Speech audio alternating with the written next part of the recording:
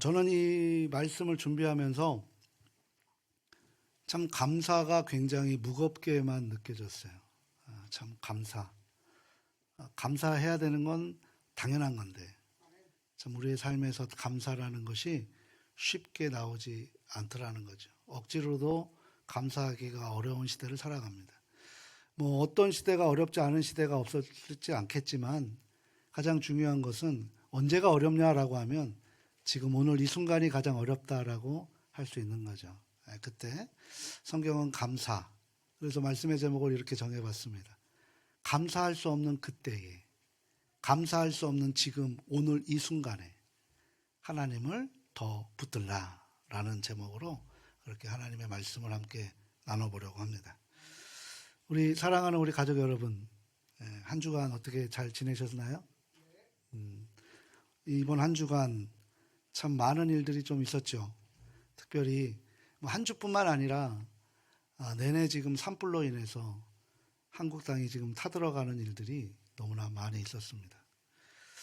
삶의 자리를 다 앗아가서 이제 어떻게 살아가야 될지 정말 막막해 앉아 계시는 분들의 소리를 들으면서 우리도 빨리 그분들을 외면하지 말고 사랑을 흘려보내야겠다라는 생각도 들었습니다.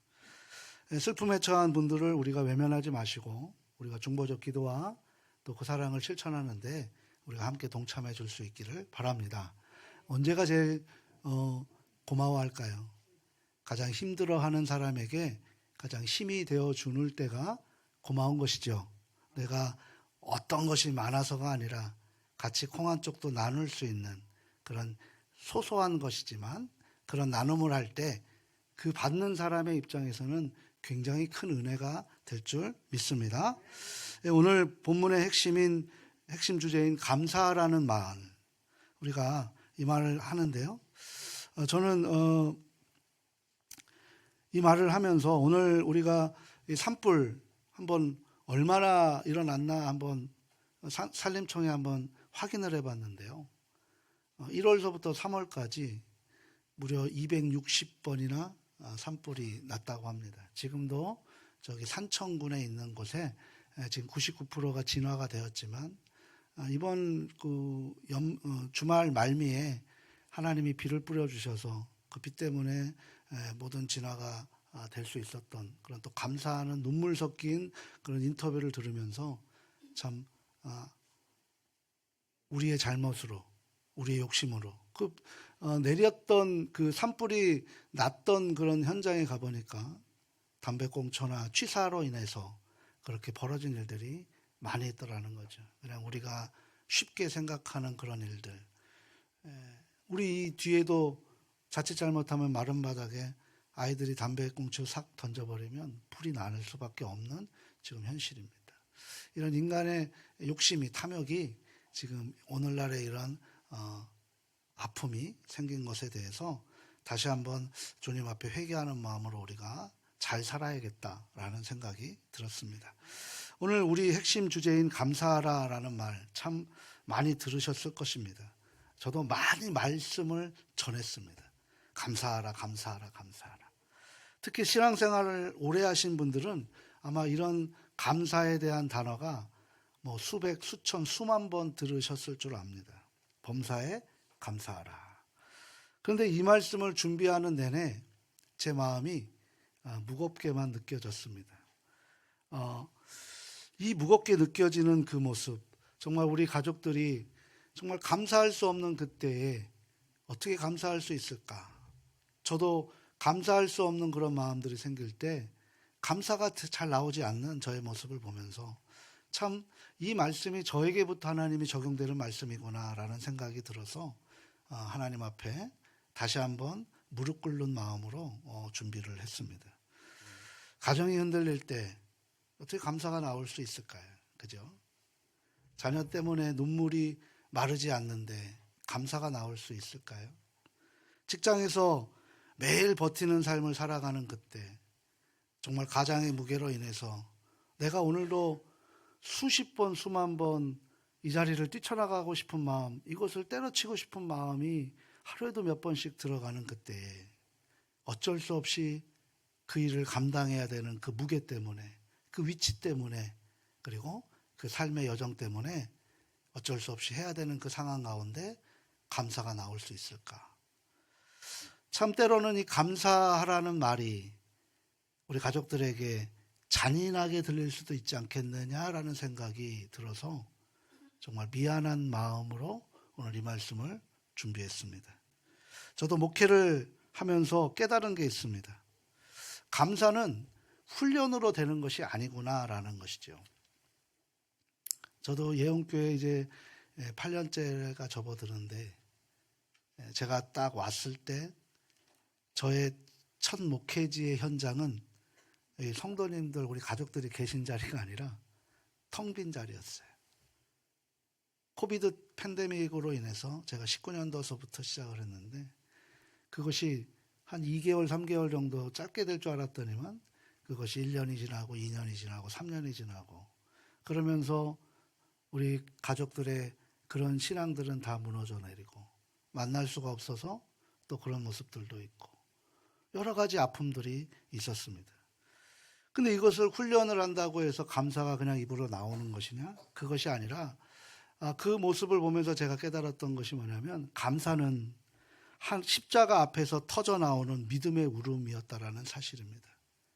내가 하나님 앞에 가장 힘들 때, 가장 어려울 때, 가장 아픈 그때에 그 감사라는 것이 입술로 그냥 하는 감사의 인위적 감사가 아니라 하나님 앞에 목 놓아 울었던 그 자체가 감사였다라는 사실을 이 말씀을 준비하면서 다시금 한 번 더 깨닫게 됩니다. 이 설교를 듣는 우리 가족들 중에도 지금 그 감사하기 어려운 상황에 있는 분들이 계십니다. 오늘 우리가 함께 이 말씀을 붙듭니다. 같이 한번 우리가 입술로 고백합니다. 감사는 고백이 되고 그 고백은 예배가 됩니다. 이 부분을 다시 한번 제가 의역을 하자면, 감사는 내 안에 있는 가장 밑바닥에 있는 울부짖음이 되고 그 울부짖음이 예배로 하나님이 받아주신다라는 그런 표현을 하고 싶습니다. 그래서 이 짧은 한 구절에 엄청난 하나님의 신학적 은혜가 담겨 있다는 사실을 느끼게 되는데요. 먼저 범사해라는 거죠. 범사해. 헬라어로 엔판티라는 단어를 씁니다. 이것은 뭐예요? 모든 것 안에라는 거죠. 모든 것 안에. 상황의 종류를 가리지 않는다라는 거예요. 좋은 일, 우리가 오늘 또 우리 백성현 집사님 또 승진하시고 여러 가지 경사들이 있는 이 좋은 일만 감사해야죠. 감사할 일들이 많이 있습니다. 우리 안에 감사할 일들이 많이 있어요. 그런데 여기서 말하는 범사해라는 것은 그것을 뛰어넘어서 나쁜 일도 마찬가지라는 거죠. 안 좋은 일도 범사해라는 것에 포함이 됐다라는 거예요. 제가 오늘 아침에 눈을 떴는데 문자가 하나 딱 와 있어요. 우리 사랑하는 도훈이가 또 아파서 지금 병원에 장염 때문에 지금 이것이 또 션트와 또 연결이 되어서 또 그것이 감염되지 않을까 걱정의 걱정을 통해서 우리 박영숙 권사님이 저에게 문자를 해주셨습니다. 이 또한 우리가 뭘 하라는 거죠? 그 안에서 감사를 선택하라. 하나님 앞에 울부짖어도 하나님 안에서 울부짖는 그 감사를 선택하라라는 말씀입니다. 가족 여러분, 사도 바울이 이 말씀을 평안한 상태의 그 데살로니가 교회에 썼나요? 그렇지 않았다라는 거예요. 데살로니가 교회는 박해와 핍박, 심지어 생명의 위협 속에서 있던 공동체였습니다. 그것을 증명하는 사도행전 17장에 보게 되면 바울이 이 도시에 도착하자마자 유대인들에게 핍박을 받고 3주 만에 쫓겨난 그곳에 교회에 복음의 씨앗이 뿌려져서 그곳에 교회가 세워진 거죠. 그런 공동체에 지금 바울은 이 말을 하고 있는 거예요. 모든 상황 속에서도 너희들은 울부짖는 그런 모습까지도 감사를 선택해야 된다. 하나님 앞에 울부짖어라. 그런 울부짖음이 감사로 이어져 나간다라는 것입니다. 근데 이게 가능할까라고 얘기할 때 바울은 그것이 가능하기에 그 뒤에 전제를 붙이죠. 그리스도 예수 안에서 이것이 하나님의 뜻이니라 라고 말씀을 하시는 것입니다. 감사하라. 이것은 헬라어로 유카리스테오라는 단어를 쓰고 있는데요. 이 단어는 단순히 고맙습니다라고 말하는 일상적인 감사의 표현이 아닙니다. 이 단어가 또 언제 쓰였냐면 바로 신약 성경에 성찬할 때 쓰였다라는 거예요. 성찬할 때 이 성찬을 나타내는 사용될 만큼 신앙의 가장 깊은 고백이 담긴 그런 단어라고 할 수 있어요. 우리 예수님께서 마지막 만찬을 베푸실 때 떡을 떼시면서 감사하셨다라고 동일한 단어를 사용하셨지요. 우리 누가복음 22장 19절 말씀 같이 한번 읽어보도록 합니다. 또 떡을 가져 감사기도 하시고 떼어 그들에게 주시며 이르시되 이것은 너희를 위하여 주는 내 몸이라. 너희가 이를 행하여 나를 기념하라 하시고. 아멘. 가족 여러분, 예수님은 지금 이 성만찬을 통해서 떡을 떼어 주신 것이 아니라 자신의 살을 뜯어서 우리에게 주신 거예요. 포도주를 주신 것이 아니라 자신의 피를 쏟아서 우리에게 주신 거라는 거예요. 그걸 알면서 어떻게 감사할 수 있겠냐는 거죠. 그러니까 그 감사는 현재의 고통을 넘어서 하나님의 구원 계획과 부활의 영광을 바라보는 믿음의 시선이 있을 때 가능하다는 거예요. 즉 유카리스테오, 감사라는 것은 고난 속에서도 하나님의 뜻을 신뢰하며 드리는 거룩한 감사라는 것이죠. 우리는 오늘 상황을 초월하여 하나님의 선하심을 맛보고 드리는 감사로 우리의 미래를 하나님의 손 위에 올려놓는 그런 고백이 있기를 소망합니다. 그리고 이것이 그리스도 예수 안에 너희를 향하신 하나님의 뜻이다라고 바울이 고백을 하는 거죠. 여기서 가장 중요하게 찾아볼 것이 뭐냐면 안에서라는 거예요. N이라는 거죠. 이것이 이제 영어로 in이라는 건데요. 그리스도 안에서라는 거죠. 울더라도 그리스도 안에서 울어라라는 거죠. 내가 내 마음을 토하고 항변하더라도 그리스도 안에서 하라라는 거예요. 즉 예수님의 십자가 안에 있는 사람만이 이 감사를 실천할 수 있다는 거죠. 세상 누구도 이것을 할 수 없는 건데 우리만이 할 수 있는 것은 뭐예요? 우리에게 구원의 은혜를 선물로 주셨던 바로 그 주님이 우리와 함께 하시고 있다는 사실이죠. 한번 생각해 보십시오. 참 우리는 많은 의지의 대상을 갖고 있어요. 한문의 사람 인자도 큰 과 작은 것이 이렇게 서로 교차해서 있는 것이 사람 인자라는 거죠. 우리는 사람을 의지하는 사람으로 살아가게 되는데 근데 우리의 비빌 언덕이 항상 내가 원하는 그 자리에 있지 않더라는 거죠. 그리고 나도 그 비빌 언덕이 되어주지 못하는 현장 속에 우리가 살아가고 있더라는 거예요. 그것 때문에 힘들고 그것 때문에 아프고 그것 때문에 어려운 상황들이 전개가 되는 거죠.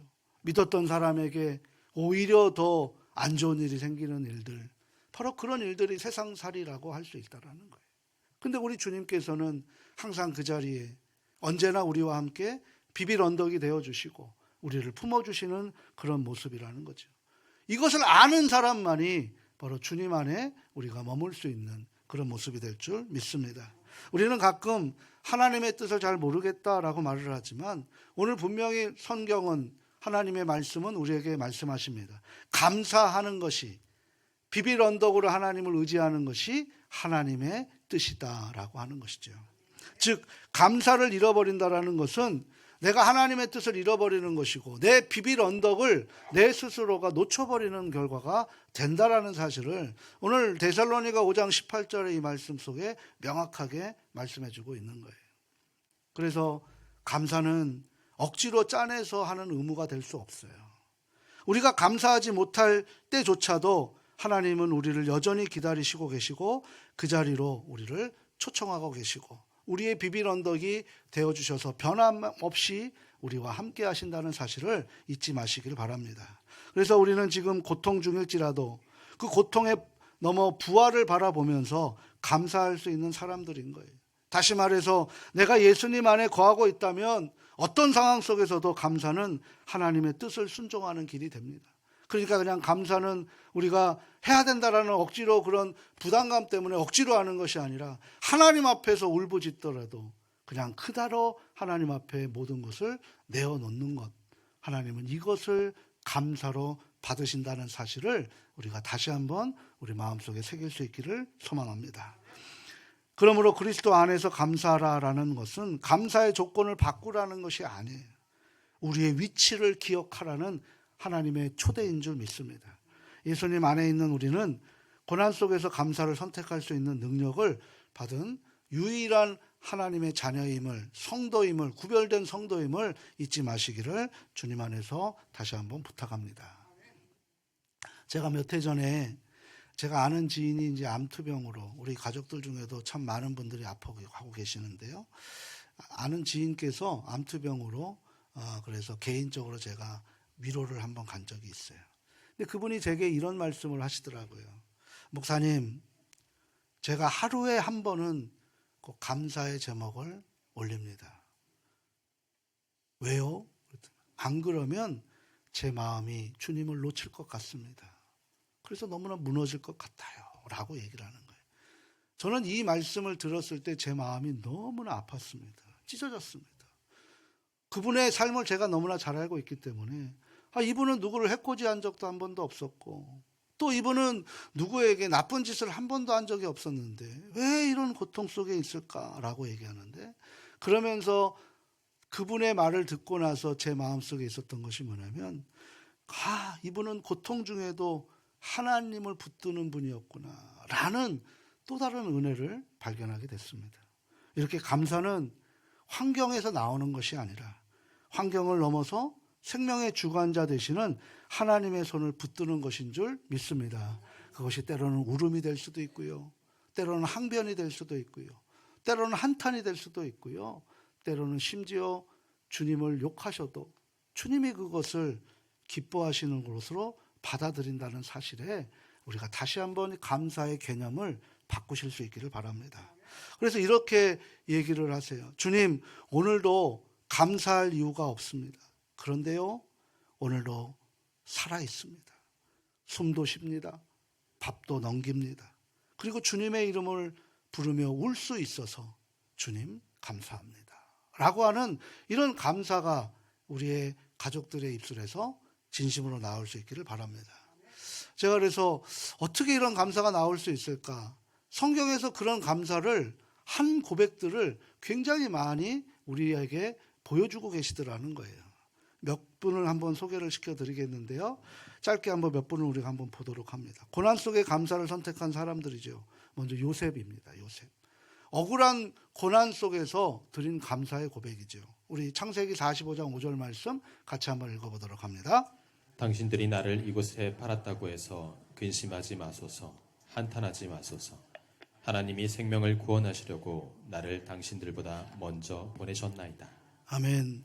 형들에게 버림받고 종에게 팔리고 종으로 팔리고 죄인으로 감옥에 갇힌 세월 13년 동안 그 누구도 감사할 수 없는 시간이었을 것입니다. 그런데 요셉은 말합니다. 하나님이 나를 먼저 보내셨습니다. 라는 거죠. 그것은 무엇입니까? 그 고통의 순간에도 하나님에게 하소연할지라도 하나님을 붙들고 있었다라는 사실이죠. 그래서 감사는 고난을 꿰뚫고 하나님의 계획을 믿음의 눈으로 바라보는 것이 바로 감사인 줄 믿습니다. 또 두 번째, 하박국 선지자를 한번 볼까요? 무너진 현실 속에서 드리는 영혼의 감사예요. 우리 너무나 유명한 하박국 3장 17절 18절 말씀 같이 한번 읽어보도록 합니다. 비록 무화과 나무가 무성하지 못하며 포도나무에 열매가 없으며 감람나무에 소출이 없으며 밭에 먹을 것이 없으며 우리의 양이 없으며 외양간에 소가 없을지라도 나는 여호와로 말미암아 즐거워하며 나의 구원의 하나님으로 말미암아 기뻐하리로다. 아멘. 그러니까 이 시대는 경제, 정치, 종교 완전히 무너진 시대였습니다. 그럼에도 불구하고 하박국은 뭐라고 얘기합니까? 그 조건 따지지 않고 주님 앞에 감사하겠습니다 라는 거예요. 왜요? 감사는 환경이 아니라 존재의 근거라는 거예요. 우리가 이런 감사 어떻게 할 수 있는지 우리가 한번 오늘 도전받기를 바랍니다. 나는 정말 그런 삶을 살았는가? 하나님의 있음을 선포하는 신앙의 태도로 우리가 조금 더 성숙해지는 저와 여러분의 사순절 기간이 될 수 있기를 소망합니다. 또 세 번째, 다니엘 같은 감사도 있었어요. 죽음을 앞에 두고 주님을 선택했던 감사지요. 우리 다니엘 6장 10절 말씀 같이 한번 읽어보도록 합니다. 다니엘이 이 조서에 왕의 도장이 찍힌 것을 알고도 자기 집에 돌아가서는 윗방에 올라가 예루살렘으로 향한 창문을 열고 전에 하던 대로 하루 3번씩 무릎을 꿇고 기도하며 그의 하나님께 감사하였더라. 아멘.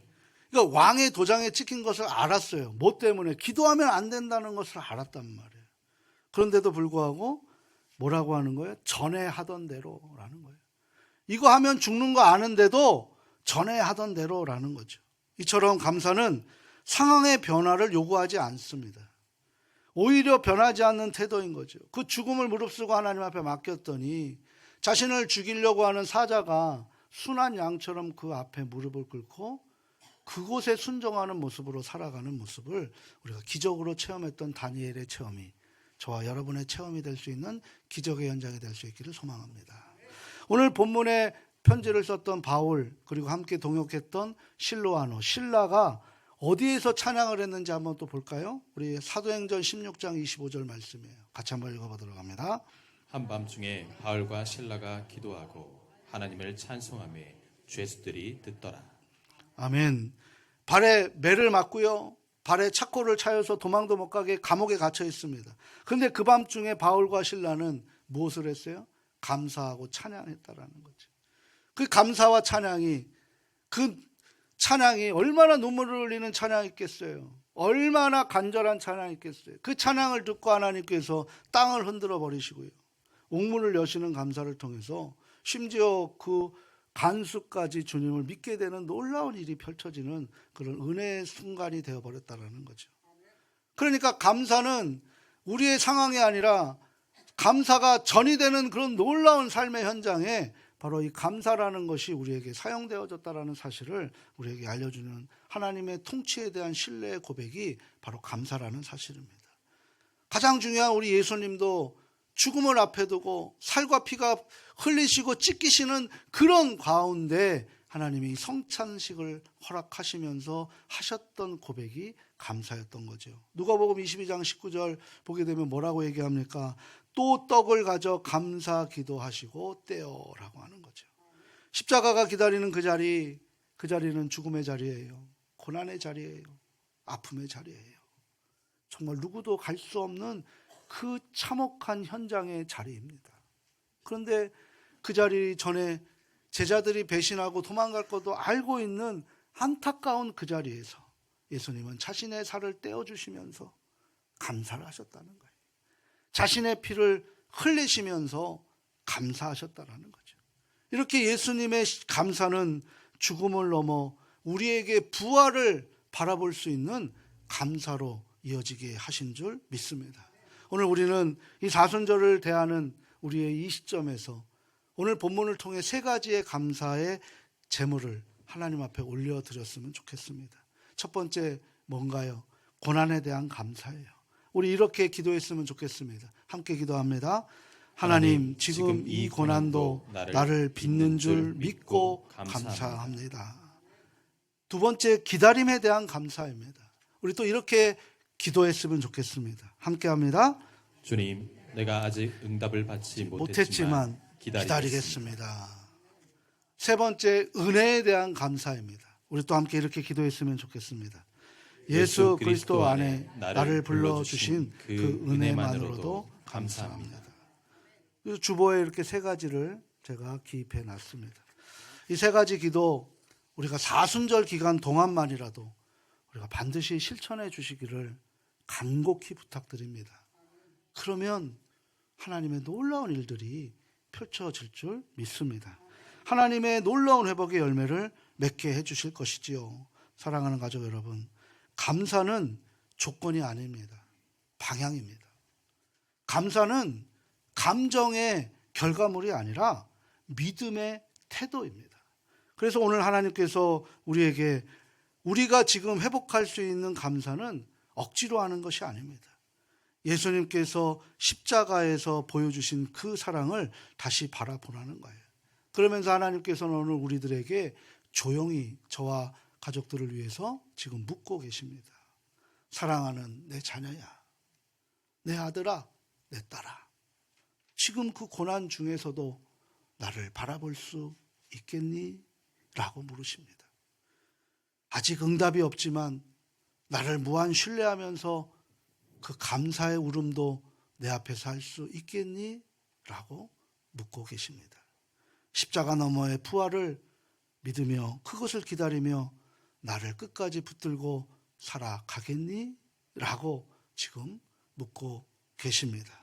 오늘 그 물음에 우리가 화답하는 삶의 자리가 될 수 있기를 소망합니다.